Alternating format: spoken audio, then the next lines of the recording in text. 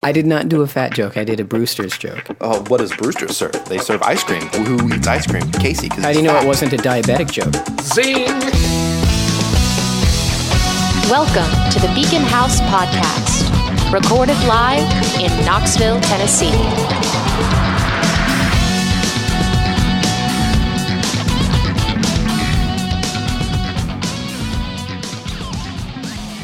And now I have to use a little baby comb on my eyebrows and beard for the next 2 weeks. But you know, it's my fault. I shouldn't have been putting my face where it doesn't belong.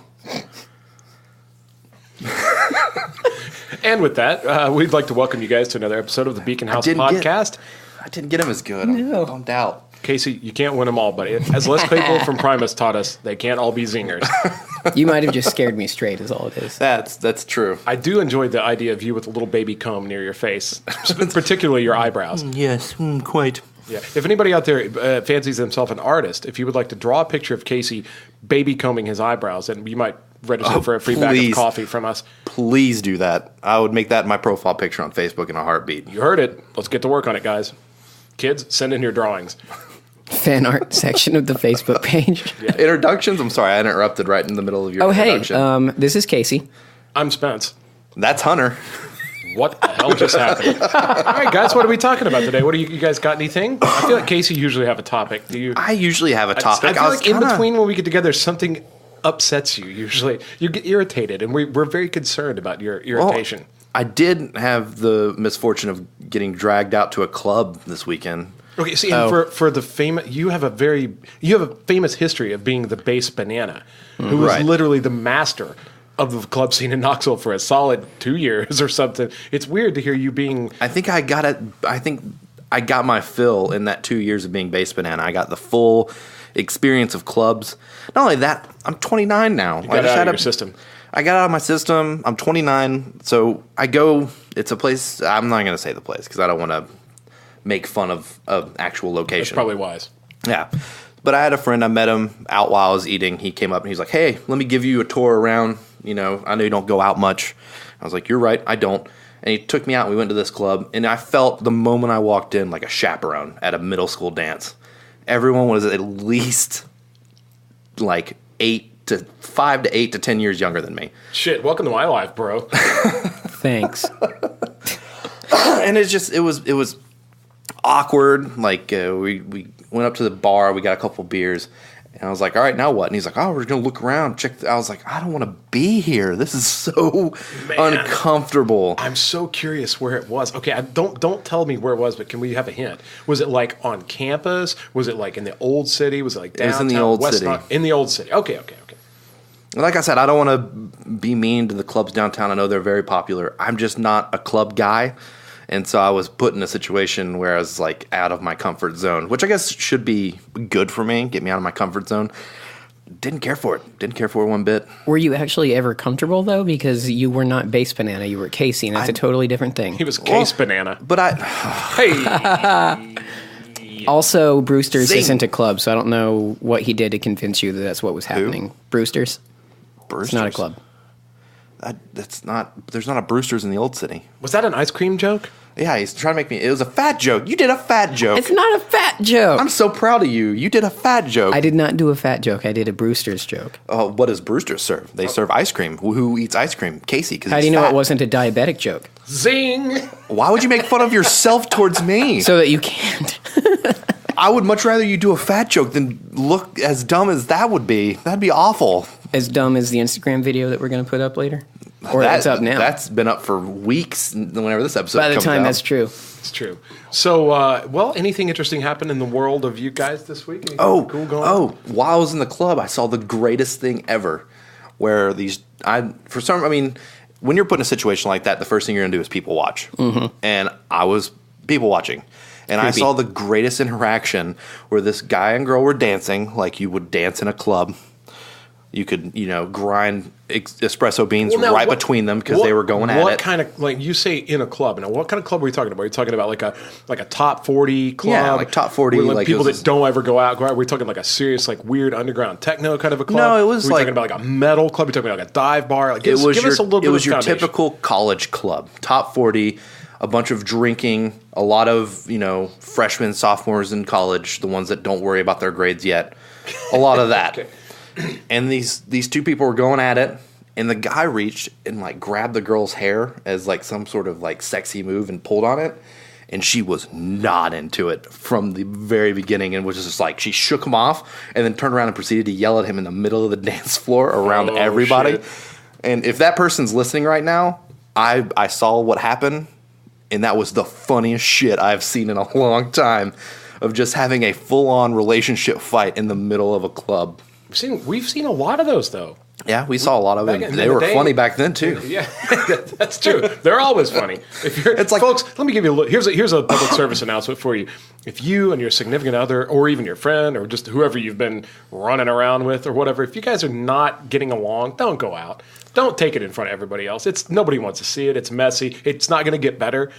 If you're having a disagreement over something, putting a whole bunch of like other people around you and then getting really lubed up on alcohol, it's not going to be, trust me, it's not a smart bomb, okay? Growing, like, there's going to be a lot of collateral damage. When doing the Valerium days, if I saw it, I would like go up to people and be like, hey, did you see that train wreck over there? Look, it's about to derail. Wait, if the train wrecked, wouldn't it already have derailed? I don't know. Did it smash into another train or did it derail itself? What up now? Wow. Yeah, take that. Hey. How about that for some meta humor? Yeah, your non-Euclidean example. Fuck both of you. Fair enough. Well, I saw something that I thought... uncalled for, sorry. That, Hunter, I thought you would probably be interested in this. And I know people are going to be like, God, why are they talking about movies again? Look, I just want to say something. Look. There's going to be a lot of talk on this podcast about movies, and here's why. We're not trying to be a movie review podcast per se, but this is a podcast about conversations. Conversations are about stories, and movies are stories. So are books, for that matter. So we want to tell a lot of good stories. I'm a big fan of good stories. So whatever it is we feel like is like just a good, interesting story, we're going to talk about it. In some cases, that may be a movie. We're also fanboys of a lot of different stuff, movies, TV shows, music. So that's kind of going to be the gist of it most of the time. Sure. Anyways, but I mean, hopefully sometimes we'll have different topics. We'll let you know when those are coming. Hunter, tell me what you know about the Godzilla movie coming out in 2019. Godzilla 2? In my little article I read, it was called Godzilla King of the Monsters. Yes. You know about this? That's going to be the start of the... Now, here's the thing. Sorry. What? That's going to be the start of the King Kong, Godzilla... No, the Godzilla 2014 was the start of that. Right. This is the follow-up. The continuation, yes. The continuation of that. Okay, Kong Skull Island is number 2 in that series. This is number 3, number 2 in the Godzilla timeline. And it's King of Monsters. Everyone gets that wrong on the internet. King of the Monsters is the Raymond Burr 1956 version. I read it. It actually says King of Monsters. Easy killer. Right. Okay, I'm just saying, just to clarify, because it's a different movie, and there's a rights issue. With Godzilla with this guy. Yeah, you don't. Yeah, but it was like a weird rights issue with the title. I don't get that, but everyone's calling it in articles and everything King of the Monsters, and my King of Monsters. My spastic nerd brain can't take it. Just take the out of there. So what do you think? We all apologize. Are you excited for this, or you think these new movies suck? Where are you at on them? I am hopeful, but nervous. Two things. I yes. saw two things. Casting wise. Mm-hmm. I love the cast. Millie Bobby Brown from Stranger Things. Hell yes. Slam dunk. Yeah.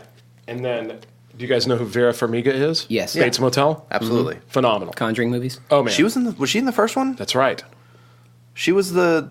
She's Lorraine Warren. She's in all of them. That's right. Yeah. Powerhouse. She was in the first one as the nurse, that was dating the military guy. What? The Conjuring movies. I'm saying in the first Godzilla movie in 2014. Oh, no. That's Elizabeth Olsen. No. Elizabeth Olsen. Sorry. Okay. Well, man, I actually liked her way better in Bates Motel even than in The Conjuring. I thought I she played Norma fucking Bates, Norman Bates' mother. That originally in the Psycho series you never even saw alive. You just saw this silhouette in the window, and it turned out to be a corpse later. Yeah. In case anybody hasn't seen Psycho, I feel like they would find their way to Psycho before they would find their way to this podcast. But you'd hope. Who knows? Anyway, just that right there, I was like, man, you talk about taking the dad too. Kyle Chandler, is that his name? That's right. Hell yes. Fucking yeah. Friday Night Lights. Love that Lights, dude. Kyle King Chandler. Kong 2005. He's got a history with kaiju. Yeah. He played. So Godzilla next year, looking pretty sharp. Absolutely. So far, yes. So far. I mean, the cast is stellar. I'm hoping they do Mothra or Rodan in this one. Okay, so Mothra, Rodan, and King Ghidorah have all been confirmed. You mean King Gamora? I said confirmed. It's fine. But yeah, they've all been confirmed for it. The thing that I'm worried about is Michael Dougherty, the guy that did Trick or Treat, Krampus. I love his stuff thus far, so I'm excited for him being involved. They did test screenings recently, and they're test screenings, so grain of salt, right? But everyone that's reported on them have said tons of monster footage, way more than the 2014 one with Bryan Cranston. Which was my biggest complaint about the 2014 one, is there was not enough Godzilla fighting. But the other thing that they said, though, is that the characters are dumb and boring, but they're so much fun that it doesn't matter. I don't want that. I don't want that. I'm fine with it, ultimately, because... I don't want characters... Like, honestly, you could take all three of those characters and have them do whatever. That's fine. I'm going to this movie to watch monsters fight each other. That's what I want. Same. So that's why I think that definitely needs to be the main thing that you're there for. But when you cut away to people, because an hour and a half of a bunch of giant lizards beating the shit out of each other, you'll eventually fall asleep. There's too much of that, and it's boring. But you need some kind of... It's true. Never too much of that. Let's test that. How are you the kaiju guy and you don't... You want nothing but big monsters fighting each other the whole time. Yeah, I kind of got to with Casey on this. That's how you use it. I feel like if they did it right, I want plasma breath. I want Godzilla ripping more jaws in half. I want... One of them goes limping off hurt and then has to come back with some sort of a Rocky type montage. And at that point, if they cut away to Kyle Chandler and I cannot pronounce her Vera name. Farmiga? Yeah, holding Millie Bobby Brown and being like, "Oh my God, it's Godzilla!" And then they cut back to Godzilla fighting more. That's fine. Fuck yeah! They let the characters react to the monsters. Yeah. 3 hours, 4 hours. Let them fight. I could go. Get out! You let them fight. Watanabe wanting to be mofo. Let them fight. So anyway, at least we've got a pretty promising. It looks very promising. It looks very promising. It's stellar cast. I saw another thing. Of course, there's a ton of big movies coming out in 2019. 2020 is when King Kong versus Godzilla comes out. And that's shit. And I'm kind of hoping at the end of that one is when King Ghidorah comes out. It's not going to be. No? Yeah, no. I want Ice Godzilla Cube's son that does acting now. I don't remember his Cube? name. Yeah. Cube Jr. Cube Jr. Hey, slightly melted ice cube. Okay, get. Anyways, right, he's in the movie though, and he talked about in the script, and I guess he's seen previs or something, and he was like, "Yo," and hyping the film, so whatever. But he was like, as a fanboy, just let me tell you, the fight at the end between King Ghidorah and Godzilla is some of the most epic shit you're ever gonna see, which I'm happy about. Oh, spoiler alert! I know. Spoiler alert! But no, I was with you. I thought you have the rights to these monsters, and apparently Toho charges a pretty penny for each individual. Foot fetishes is going to be next week, Casey.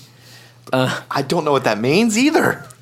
Godzilla foot fetish. Your rips on me are just a swing and a miss for me, 34. At least. I mean, other people might know. And we're back to Godzilla porn again. Yeah, we Godzilla are. Can't porn. escape it. Jesus Christ. Well, let me move on to this next thing too. Because God knows our listeners haven't heard enough of us discussing Godzilla. But anyway, no offense. I love it. There's no such thing as discussing too much Godzilla. Yeah, I like Godzilla movies. I really want to go see Pacific Rim Uprising. You're probably right, but there's a chance you're not. Anyway. I would love for them to put the Pacific Rim universe into the Godzilla universe. I know. Eventually. And then M. Night Shyamalan would come up out of the ocean and they would all hang out. Twist. What? It's the scariest monster yet. Yeah. It's so confusing. And then he ruins the whole movie with Where's this monster going? The best choreographed dancing you've ever seen. Del Toro, actually, when Godzilla was getting ready to come out, the first one, people were asking him about that because it's legendary, and they're like, you guys could totally combine those. And he goes, the universes are totally different. They're doing this dark, grounded, serious thing, which is what the advertising looked like, right? And then you show up in Godzilla 2014 for all its lack of Godzilla footage was essentially like an Avengers movie in tone. It was real... it had an earnestness about it, but it was also a real tongue-in-cheek, fuck yeah, look at that big lizard. Yeah, I thought it was really funny when Bryan Cranston died. I was so pissed. The bait and switch of that. Ugh. Oh, they definitely Hitchcocked us with that one. Big time. It was like Steven Seagal in that one movie where he dies at the beginning. I want to see that movie. That sounds like a great movie. Have you not seen it? They take Steven Seagal out first. That was terrible. I mean, likely true, but terrible. So look. Sorry, yeah. Another thing coming out in 2019 I read about, I think most people know about this, the sequel to the It franchise they rebooted. Hell yeah. It Chapter 2 comes out in 2019. That's not the one I'm worried about. There's another Stephen King adaptation. Pet Sematary? Yes. Oh, really? It's queued for 2019? 2019. Mm-hmm. Not this year. And I just don't know. Why are you worried Who's about directing it? Let me check my facts here real quick. It's the onboard directors are Kevin Kolch and Dennis Widmeyer, who previously worked on Starry Eyes, as well as episodes of MTV's The Scream series. Have you seen Starry Eyes? I have not. I believe, let me look that up real quick. I believe that's a great horror movie. Well, and supposedly both of these guys have strong promise, and they haven't announced any casting decisions yet. I think the casting is going to make or break it. Yeah. And I realize that it's... I already know who needs to play Judd. Judd. We're going to get into that. Hold on. I know who needs to play it. on. I know who needs to play it. Fucking hold on. You're going to be mad at my choice, but no, I know who needs unless to play you it. say freaking M. Night Shyamalan. No. No, okay, look, I get that there are going to be people watching this Pet Sematary that never saw... There are even going to be people that weren't even born when the first Pet Sematary came out and never even bothered to go back and watch it, and so it doesn't necessarily have to stand on the shoulders of that previous movie. The characters don't necessarily have to match up to that, but I think anytime you remake a movie, you have to at least... Well, I mean, what do you think? You invite comparison. You invite comparison, absolutely. Yeah. And man, the first one, it may just be me being a freak. I think it's almost the perfect horror movie. Like, oh my God, it's such a big deal to me. We're going to talk about it coming up this October. I already said, like, I don't want to talk about Pet Sematary until we're close to Halloween. I want to do a whole episode. We talk about it. I'm going to have to watch it now. I still haven't seen it. God, I tried to watch it. We talked about this It's once. good. And I can't remember the condition, but whatever's wrong with the sister, like I wasn't ready for that, and it fucked me up so bad. Zelda. Yeah. That's... I turned it off immediately. That's one of the rougher parts for most people. That's one thing that turns them off. The story, the main storyline is so compelling. I barely even noticed that. Like, I acknowledged it, but I was like, oh, that's kind of weird. But I was like, get back to that Indian burial ground. How are these people coming back from the dead? Oh my God. But it's not even that. The crazy thing about the movie is the subject matter is so heavy. It's not even that all these people are dying and possibly this evil presence is making them die. It's about the struggle of man to resist, like, falling off the deep end in order to, like, cling to what he holds. I mean, it's such a primal fucking concept. Anyway, I think Pet Sematary rocks out just all day long. By the way, Starry Eyes is the horror movie I was thinking of, and it's incredibly fucked up. And so I think these guys, it's psychological. How old is it? How long has that been? 2014. So a couple of years ago. You can find it. I'll go check it out. It's good. I want to ride in the car of the guy that's driving me into the new Pet Sematary movie. Honestly, like, see how he does. Watching that one and then thinking of them doing Pet Sematary, I'm still a little concerned, but I also feel like Stephen King hopefully will have some sort of say in his own adaptation of they slayed the It remake. Right. And actually, the director of that remake, the guy that did Andy Mama, Muschietti? said that he wanted to do all the Stephen King remakes. But I guess Pet Sematary already had a director. That's a rights thing, too. Like, it depends on the studio. But he was like, I want to do them all. He's like, I love Stephen King's work. I want to do them all. So anyways, who do you think should be Judd? Oh, God, man. I'm going to do that thing I did. Sean Astin. I'm going to do that thing. Oh, Jesus. There's only one person. I'm about to break this microphone. Like, I don't even want to go on with this podcast. Dude, I'm going to sound like I always, like when we were talking about the Twilight Zone, I was like, nope, don't touch it. You can't improve upon it. I don't think anybody can pick that character. I mean, maybe, but holy shit, it was so good. Herman Munster, for the first time, not like happy and funny, but super, super creepy and like weird, and like he could own. I mean, dude, Fred Gwynn killed that character so. I mean, every time he started talking, it made your skin crawl. And that's why I think they need to get the closest thing to Fred Gwynn. Tell me what it is. You're gonna hate it. I may not. But it's honestly, it's Brad Garrett from Everybody Loves Raymond, the older brother. Would be a great Judd. He looks like, and he also has that deep voice, and with a southern drawl, I think he could sell Fred Gwynn's Judd and kind of give you that nostalgia from that character. You think that's going to happen? But I also kind of feel like a lot of people don't think Brad Garrett has the chops to do it. And there might be some unknown. You might get something like look at Star Wars. They drafted this whole cast of unknowns and totally just catapulted Star Wars into the next generation. You know, that was Almost a Star Trek joke. But Boo. Maybe, I mean, if they're strong enough with their casting, but man, so much Stephen King stuff just gets like shoveled down the cattle chute, and just like some turd comes out, and it's all done with regard to like production, like The Dark Tower. What a fucking! And I'm sorry for anybody that liked it, and I'm sorry to anybody that worked on it. If you're listening to this podcast, which you're not, but that was a turd. Okay, well, actually, I also feel like Stephen King didn't get a lot of say in how that movie was made. Oh, no, hold up. I was going to bring that up because... And that's not even necessarily the deal breaker because he didn't have a whole lot of say in The Shining. He was actually very against how they adapted The Shining, but it turned out the adaptation was better than his version. I also don't trust Stephen King's word. Like, it's weird because him recommending something will still pique my interest, to be fair about it. But he also said in some article when The Dark Tower was coming out that he had read the script, he'd seen the movie, it was a lot of fun, and that the director had not forgotten the face of his fathers and that whole reference. And I was like, okay, so he must be really on board. Then I went and saw it. I haven't read the books, to be fair, but I'm familiar with the lore. I've read some of the comics, so I kind of have an idea. I liked the movie. I thought it was fun. I also totally recognized that it way, way overshot and undersold everything about what The Dark Tower is supposed to be at the same time. If you see that movie, if you watch The Dark Tower movie, and I hesitated to because I just knew. I could tell by the previews. It didn't look anything like, I mean, it was just, but if you see it, you'll still have basically no idea what happens in The Dark Tower. Mm-hmm. It's like a completely, and then maybe somewhere I heard him say that, well, this is sort of like a, kind of an alternate. Happens in the same universe kind of as The Dark Tower, but this is not exactly supposed to be like, okay, well, whatever. But it sucks shit compared to the books. And I don't know that you can make an adaptation of that. Some of these stories, what do you think about that? Let's open that up. Is there such a thing as a story that's so big you just can't adapt it into a movie? Now, I feel like they did a pretty good job with Lord of the Rings. Yeah. Those seem to be pretty precious to a lot of people, and I don't feel like anybody... Also, the Narnia books, a lot of people love those movies. The movies aren't terrible, but they don't even scratch the surface of those books. See, I don't think that there is something... I think they should have started... I don't know if you could. I feel like The Lion, the Witch, and the Wardrobe is where you have to start. Technically The Magician's Nephew. Right. I feel like you need to start chronologically in order with the books to make those movies, to make everything match.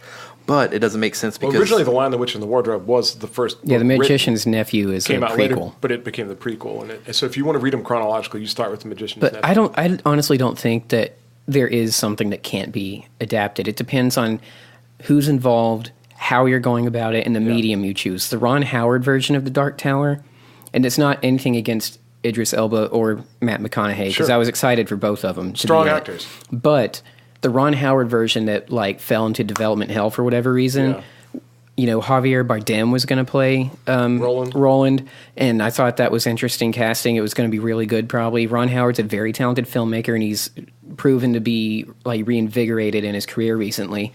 But he was going to do I think he was going to do a trilogy of films, if I remember correctly, and then in between the filming of the films, they were going to do an HBO TV series, and one season would cover the two books in between, right, or whatever, bounce between the mediums, and have different directors but the same oversight overall. It's such a big thing to take on. Yeah, you can't do it with one movie. But that's the format problem, because Lord of the Rings as two movies or one doesn't work either.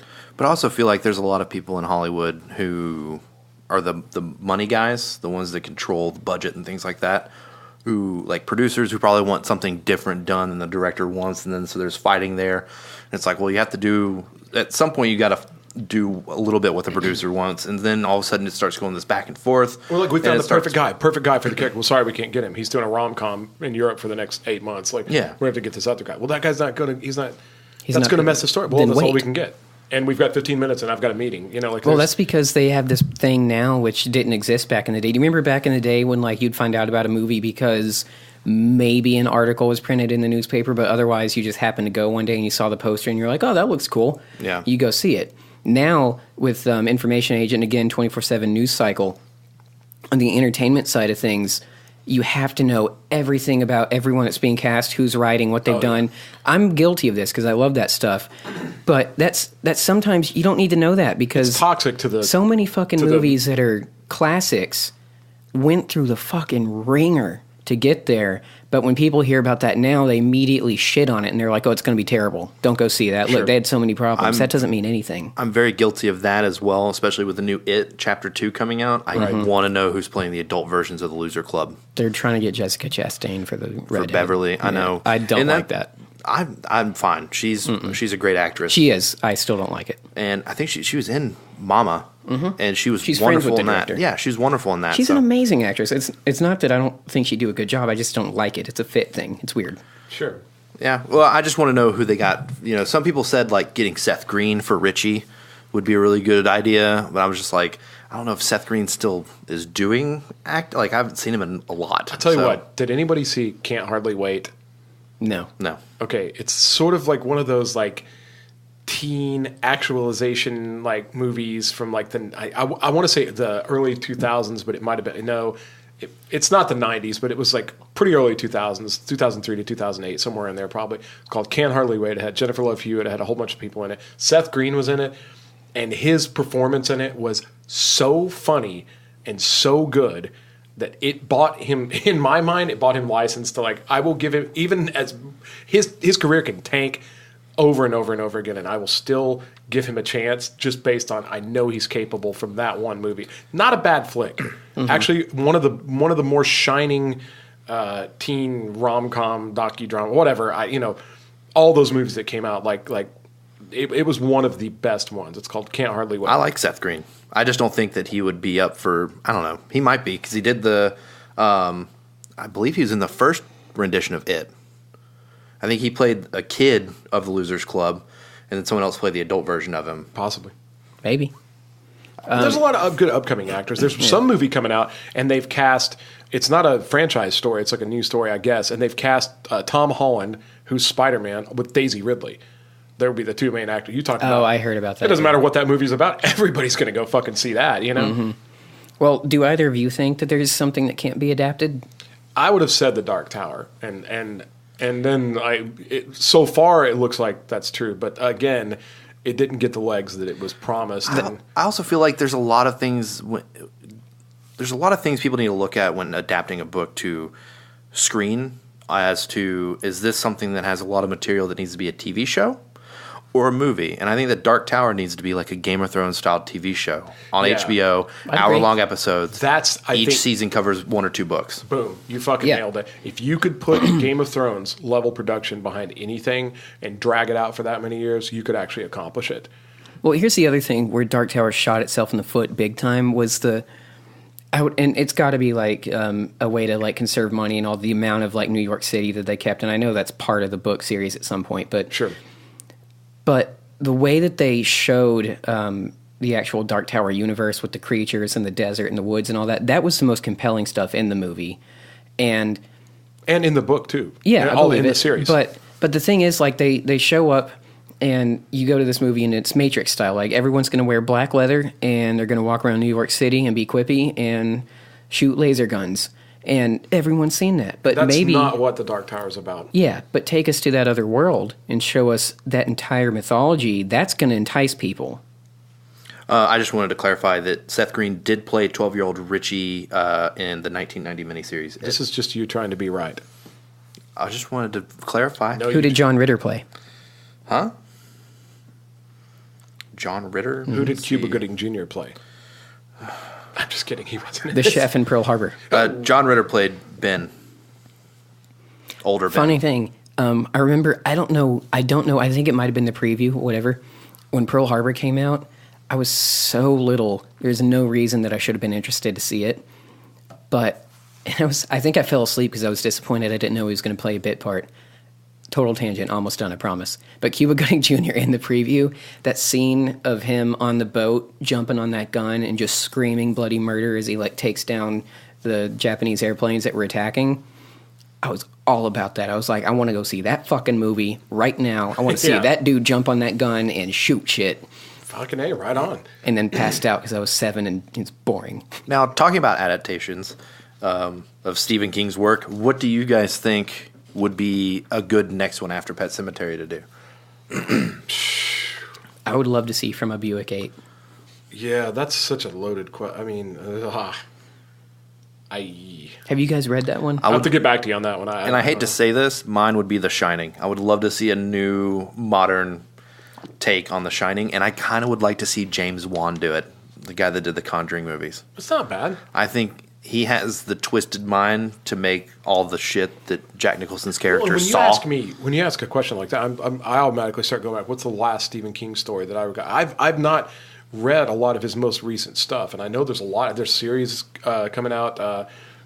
Castle Rock should be already out on Hulu. Castle Rock and so there's a lot of recent Stephen King stuff that I thought was probably would make a wonderful movie. One of the books I read was Cell, and it was kind of his take on the zombie apocalypse kind of a thing where everybody's cell phone turns into like it was. Did they make a movie about it? They did. Samuel L. Jackson and John Cusack. I didn't see it. I heard it was awful. I heard the better version of that was a movie called Pulse. I think it was called Pulse, where everything electronic brought out like spirits out of the phone. Mm-hmm. It was some weird movie. Apparently, it's like a cult classic. It's like a lot of like a small group of people. Same idea. Yeah. That's the same principle. Man, I don't know. I will say this: they did make a movie out of this, but one of the scariest things I've ever read in my entire life was the story 1408. Mm-hmm. And then they made that movie with, I think, also John Cusack. Yep, Samuel L. Jackson. And Samuel Jackson was not scary at all, to me. No, it's not scary at all. But I thought it was good, though. Off the page, it was one of the most terrifying things because you're in a room, wherever you are, it immediately turns your surroundings on you. And I was like, oh my God, it's so scary. And when I heard they were making a movie out of it, that's one of my earliest experiences of, oh my God, they're going to make a movie out of something I really love. And then the movie just bombed. And I was like, you just can't have some things. And I learned, that's why when I hear about like the Meg movie, and I'm just like, I'll believe it when I see it. But, Well, actually, my favorite Stephen King book that I've read is Bag of Bones. And they did that miniseries with Pierce Brosnan, and I was totally on board. Good actor, miniseries too, and it's a huge book, so like they weren't going to like cut stuff out, right? I watched one episode, and it was so tone deaf, didn't finish the rest of it. I got like done with episode 1 and just like, this is not that story. Yeah, and man, I don't know. It also comes down to who like writes the screenplay, because Stephen King's not writing so it'll translate on the big screen. Stephen King zigs and zags a lot into weird places, and you could tell he writes what he wants, and he eventually gets a result. It's not mass crowd pleasing writing, even though it does achieve that effect. Like a lot of people like his books, but he doesn't write that way. Right. He's not like a mass media type writer like Dan Brown or something. James Patterson, whatever. Gross. But like the thing is, so it comes down to the screenplay. Whoever writes the screenplay has to get all that shit to work on a screen, so that you don't tune out after the first episode, or you don't walk out of the theater, or you don't go on Rotten Tomatoes and just scrap the thing. Well, actually, speaking to what you brought up originally with adaptation and what you were just saying about Stephen King and his writing style, to that point, I've never read a James Patterson book, despite the fact that I just shit on him. I don't like it because it's, he's got a new book every week, and he's basically ghostwriting at this point, and his commercials make him look like a hack. So I just think I don't trust him. But I hope you and James Patterson don't wind up in an elevator together. If I were to read one of his books and still felt that way, I think one of the things that really speaks volumes about what you said about who's involved, like who's writing it, because they have to understand whether or not it's there, the thematic subtext, or intentional, not there, but intended, of a story is Along Came a Spider with Morgan Freeman and Ashley Judd from the late 90s. Okay. That is a compelling fucking thriller, and it's a James Patterson book. Okay. That's like, Alex Cross character that, they do TV shows or whatever about now, and they're all terrible. But there was that one, and then they did one other one. And they were both good. The second one, not as good, but the first one, extremely compelling. And it's James Patty, who is easy to make fun of. So, the guy that you're not really a big fan of. You got nicknames now for James Patty. Yeah. Oh, God. James Patty. It's because he's Big P. He's low nutrition, low protein, but high carbs, and makes you feel full. So, anyways, no, I'm fucking telling him. So, anyway, Spencer. Just gonna not look at him for a second. You're talking about 1408. You read the book and you loved it. And it was in a collection. It's one of those collections. Yeah. If you ever get a chance to pick up, if you want to do some cool reading and you don't have a lot of time to commit, and you want to pick up a collection, Stephen King has written a ton of collections of short stories. They're easy to just bang one out, and then the next time you've got an hour, you can go through it. You don't have to have like 4 days off to like read on the beach or whatever. Mm-hmm. Some of his best stuff came from those collections. 1408 was in, I think, Nightmares and Dreamscapes, or it might have been Everything's Eventual. I think it was. I think it's Everything's Eventual. But it was just a tiny little blurb. There's been so many. Like, I think there was one called Jaunt. There was one called The 10 O'Clock People. It was about these people that could only see, like, vampires because they get a cigarette break at 10 o'clock, and they're not, like, full-blown smokers, but they get just enough nicotine where it does something. They can see these creatures that are walking. He's got so many cool little ideas. 1408 was his take on the haunted room at the inn, that classic, that concept that so many people have written about. And that was just his version of it. But, man, the way he describes it in the story is your skin will crawl. Your skin will get up and walk off. I mean, you're just like, oh, shit. And then when you put the book down and you look around the room you're in, it'll re-terrify you. You mentioned the Langoliers the other day. That comes from probably my favorite Stephen King book that's more than one story, called 4 Past Midnight. Mm-hmm. And it's sort of medium-length stories. It's 4 stories. It's a novel-sized book, but it's 4 stories, so you do the math. Yeah. 25% of a novel is each story. Langoliers is the first one. The second one is Secret Window, Secret Garden. Yeah. And then The Library Policeman and The Sundog. Mm-hmm. And just, it should be mandatory required reading if you have any kind of an imagination. Yeah. I was just going to say, like, you reading that book, seeing the movie, and being disappointed is kind of, I wouldn't say I was disappointed with I Am Legend, but the book was so much different than the movie. And I kind of wanted more of the book in the movie than what was put in there. Like, in the book, he's not in a big city. He's, like, in a house in a neighborhood. And the vampires are intelligent. They're not, like, mindless zombies that only come out at night and they're real. Right. I mean, by the end of the movie, you find out that they have a little more humanity to him than you realize. But in the book, they would come out at night and call to him. And, like, the females would take off their shirts and try to, like, seduce him into coming outside. And it's just, like, there's more to it. There's more psychological things for the last person on Earth being tormented by monsters like that than what was shown in the movie. Yeah. I mean, I still like the movie. I thought it was interesting. I just don't think it was very I Am Legend-esque, and I kind of want a remake on that one too. Well, I would like to see a really good version of Hell House by that same author, Richard Matheson. I'm embarrassed to admit this. I haven't finished Hell House. I bought the book like 10 years ago on Mom's recommendation. He wants an adaptation, but he hasn't finished the book. Well, that's how does fucking... Does it end bad? I don't know. Then how... Okay, no, maybe hold up, though. Get a hold of James Patterson, and he could write the adaptation. Gross. Jesus Christ, no. My mom has a really high threshold for horror films and all that stuff. She reads it all the time, and I was, like, 10 years ago... telling her I wanted to read something that was scary, but like that was one area that I thought was really hard to actually be scared by. And she goes, well, here's a book that, petrified me when I read it. And I was like, okay. So we went out and found it. It's got a really creepy cover. And again, haven't finished it, so I can't vouch for how it ends. But I will say there have been a couple books that have done it since, but that was the first time reading something that my skin crawled, like you were saying with 1408. And Ooh. I got to the point where I was like, I had to put it down because reading it made me physically uncomfortable no matter where I was, daylight, nighttime, at the house, in public. It just got inside your bones and made you feel like you were vulnerable. That's how I felt when I read Pet Sematary. The book was, I think, way better at terrifying me than the movie did. Sure. And as much as I like that movie, I will say the book is better. And the book's almost always better. Everybody knows that. Well, you can do more in a book than you can on TV. Well, of course. Well, you can illustrate a narrative in the book. Like, here's how the character's scared right now. On screen, all the actor can do is to sort of emulate. But I think the actors in Pet Sematary did a fucking amazing job of like that guy that played Lewis, and I don't know his name, but I remember he was like a breakout star that year because like when the terrible spoiler, like when the kid gets killed in the road, that guy loses his mind. Like in real life, they said the whole crew was just like, oh my God, is he okay? Like it's so real.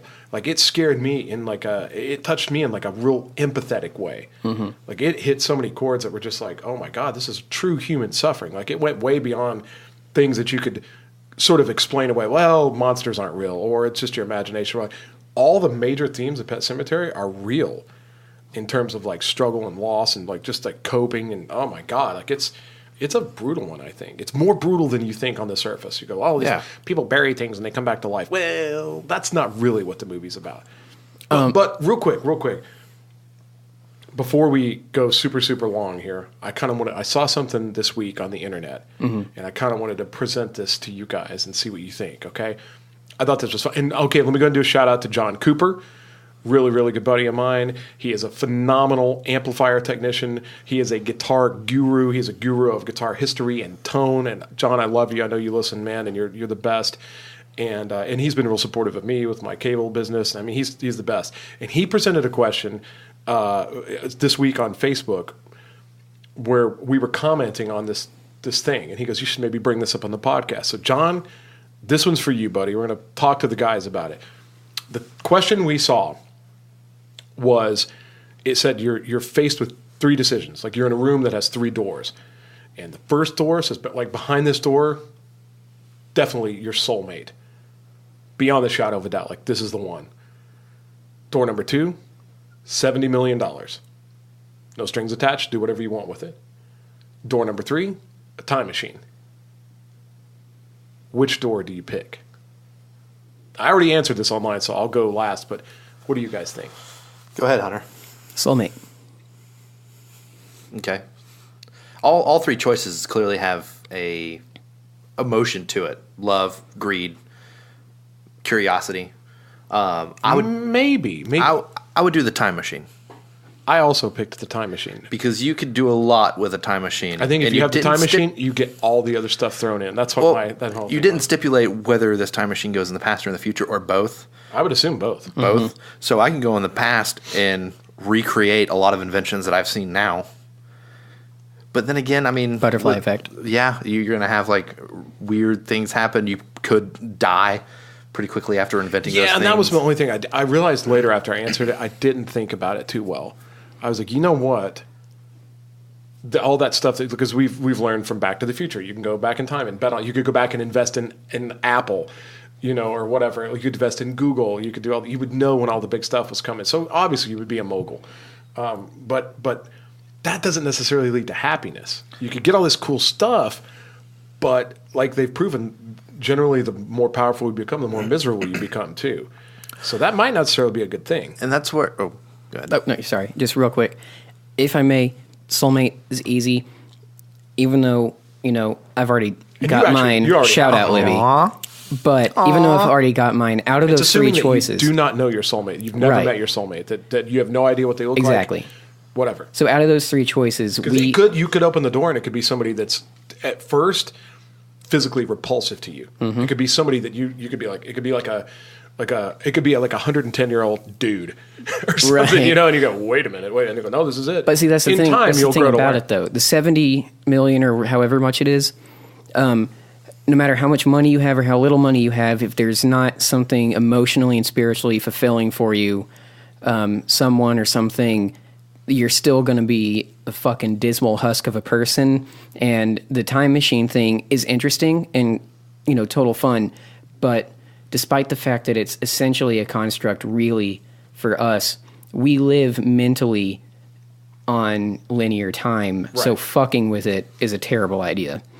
So, that's too dangerous. The money ultimately doesn't matter because you can't enjoy it if you're not fulfilled as a person, and your soulmate fulfills you as a person, and then you get the joy and fulfillment of fulfilling them because if they're yours, you should be theirs, one would assume. So let's throw some hypotheticals. Well, see, I feel like with the soulmate door, I'm not a believer in there's one soulmate on this earth that was made for one other person. Mm. I believe the whole plenty of fish in the sea. There's multiple people out there that you can connect with on a soulmate level. Mm-hmm. So the fact that this door has one of them out of the many that I could, meet doesn't really strike me as great. And by your logic, you're going to really broaden that pool if you can go back and forth in time. Well, not only that, but I mean, with the money, you would be comfortable with $70 million. However, you would never know, like Hunter said, you would never know who likes you for you and who likes you for the money. So then you have that dilemma. With the time machine, I mean, you can go in the future and hop on a rocket and head to Mars. Get the fuck out of here. Yes! Shit. I'm going to Mars, bitch! You can't go to Mars. You ate half of it yesterday. Jesus Christ. By the way, I saw a picture. Was that your cake? That was my cake. So today is what, the 26th, I believe, of March. Speaking of time traveling, we're going back and forth through time just on this podcast. Yes, we are. My birthday was this past week, and Hunter's fiance and sisters made me a wonderful cake that looked like Mars, and they put a little flag with my profile picture on Facebook on it and said, "Here, you can have Mars, you can eat it." And I thought it was the nicest thing. That's incredible. Ever. It was wonderful. We've actually created something here that's worth commemorating in a cake. Yes, and I can hop in a time machine and go. Shit. Well, look, all I was going to say is let's say I definitely appreciate your choice about the soulmate thing, but just putting out hypotheticals. What if they're your soulmate when you meet them, but you can still lose them? Like, what if, let's say, the person that's and I wouldn't pick the 70 million either, but let's say somebody's super broke and they pick the soulmate door, and then you wind up with the soulmate, and then you're both in financial just despair. You start fighting a lot, and then you fall out of love, and you lose the soulmate. See what I mean? What if there was a weird condition behind each thing, you know? I know Hunter right now is going to say, if it's your soulmate and they love you, money's not a thing. No, hold up. I was going to say you can lose your soulmate. There's nothing is guaranteed. There's a form. This is strange and a bit. And I'm not saying weeds, that for the record, anybody listening, I'm not saying everybody that has money problems is going to be lonely and can't maintain a relationship. I'm just saying that statistically, the number one thing couples fight about is money, especially as they grow older. Not only that, but people are materialist. Some people are materialistic, so choosing the money would be perfect for them, even if they found somebody that only liked them for their money.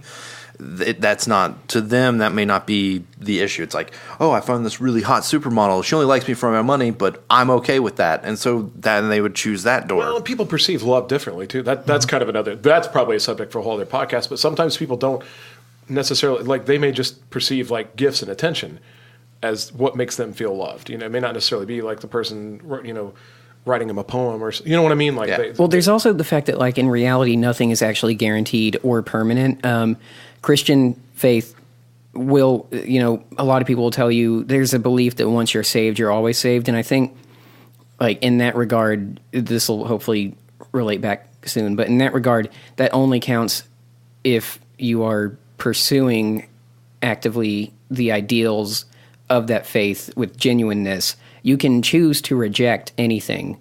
And I would say that's even on that grand level salvation, and therefore a soulmate as well. You can have exactly what you should have, and it can be everything that it was supposed to be. But if you wake up one day and you're like, you know what, fuck it.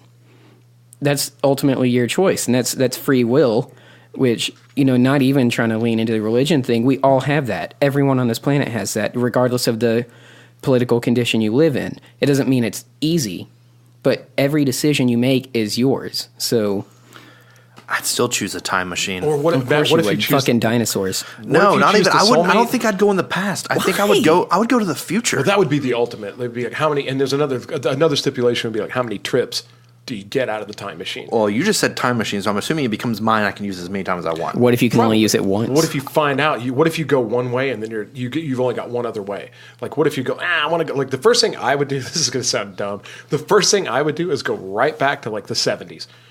And just be alive in the 70s. Real guitars, real cars, real amps, real music. Just the realest. To me, the 70s were the realest fucking decade there ever was. I would be I would find somebody and get on TV and do the Van Halen thing before he shows up or whatever. But then what if you went, okay, now I'm ready to go see dinosaurs, or I'm ready to go into the future, and they go, you've only got one trip left. I'd be like, I've got to go back to the year 2018 and feed my fucking cats. I feel like I'd leave a note when I was leaving for anybody that I'd be like, hey, I found a time machine. I know it sounds crazy, but I also don't have any pets, so I don't have to worry about feeding my cat. But I honestly think I'd take the time machine. I would go in the future and gamble that it was as technologically advanced as I'd hope we'd be. 100, 200 years in the future. But I might be shit out of luck, open the door, and it's just desolate wasteland, and I breathe in radiation and immediately die. Who knows? What happens if you go back in time, step out, and the time machine that you're in obviously hasn't been invented, therefore it doesn't work anymore? Once again, I will not go back in time. I've read about the past. I've seen. I don't care about the past. I want to see the future. Won't, but I'm saying out of that option, like, have you considered that? Because Spencer was just saying he'd go to the 70s. Your time machine wasn't invented then. At that point, you're there, so you can walk out of it. If you have a time machine and you go into the 70s, it's not like your time machine's going to go, there's no internet. I'm powering down now. Technically, you weren't invented in the 70s either, but you're there now. I think the time machine.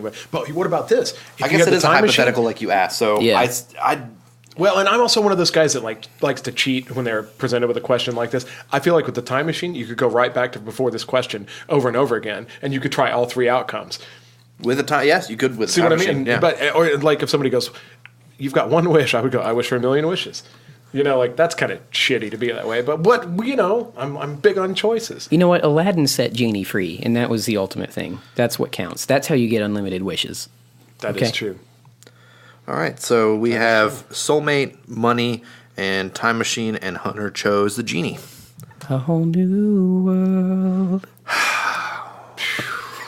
Well, folks, on that note, I think it's time to go. We want to thank you so much for joining us again. I do want to give one other shout out to our buddy John Ferguson. John, we love you. You've done so much. John Ferguson is the gentleman that helps design all of the artwork that you see on Instagram, on Facebook, the banner you see in our pictures behind us here.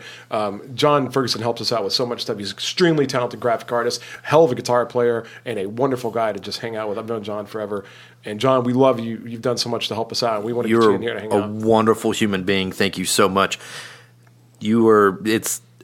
People always tell me, they go, man, your podcast looks really official and professional with all that graphics art or graphic arts and stuff like that. They're like, how, like, give me a, like, it's not card, because of us. They're like, tell me how you did it. Like, did you do it? I'm just like, we have a guy and he's a sweetheart.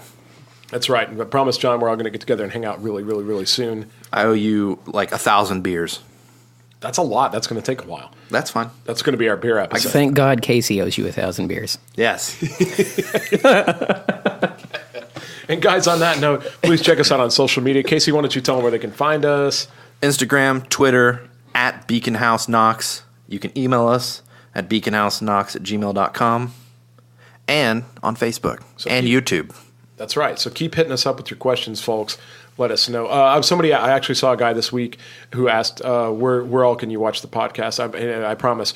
He had seen it on YouTube, but it's on, you can stream it straight from Libsyn, but also it is on YouTube. It's on Spotify now. That's a big one. I really like iTunes. It's on iTunes. It's on all of the Android, like Podcast Addict and Castbox.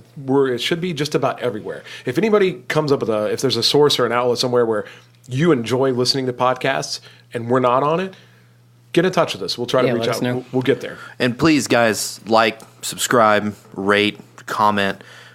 Email us some questions. We haven't gotten a lot of questions in our emails. We want to do a mailbag at some point. Haven't got a lot of those emails in yet asking the questions. Mr. Ferguson has sent us a couple that I want. Thank you for them. I've tucked them away and put them at the top of the list for sure. It's going to be good. But yeah, I'm excited. All right, signing off. I'm Spencer. I'm Hunter. I'm Casey, and I love you. Love you too. Oh my.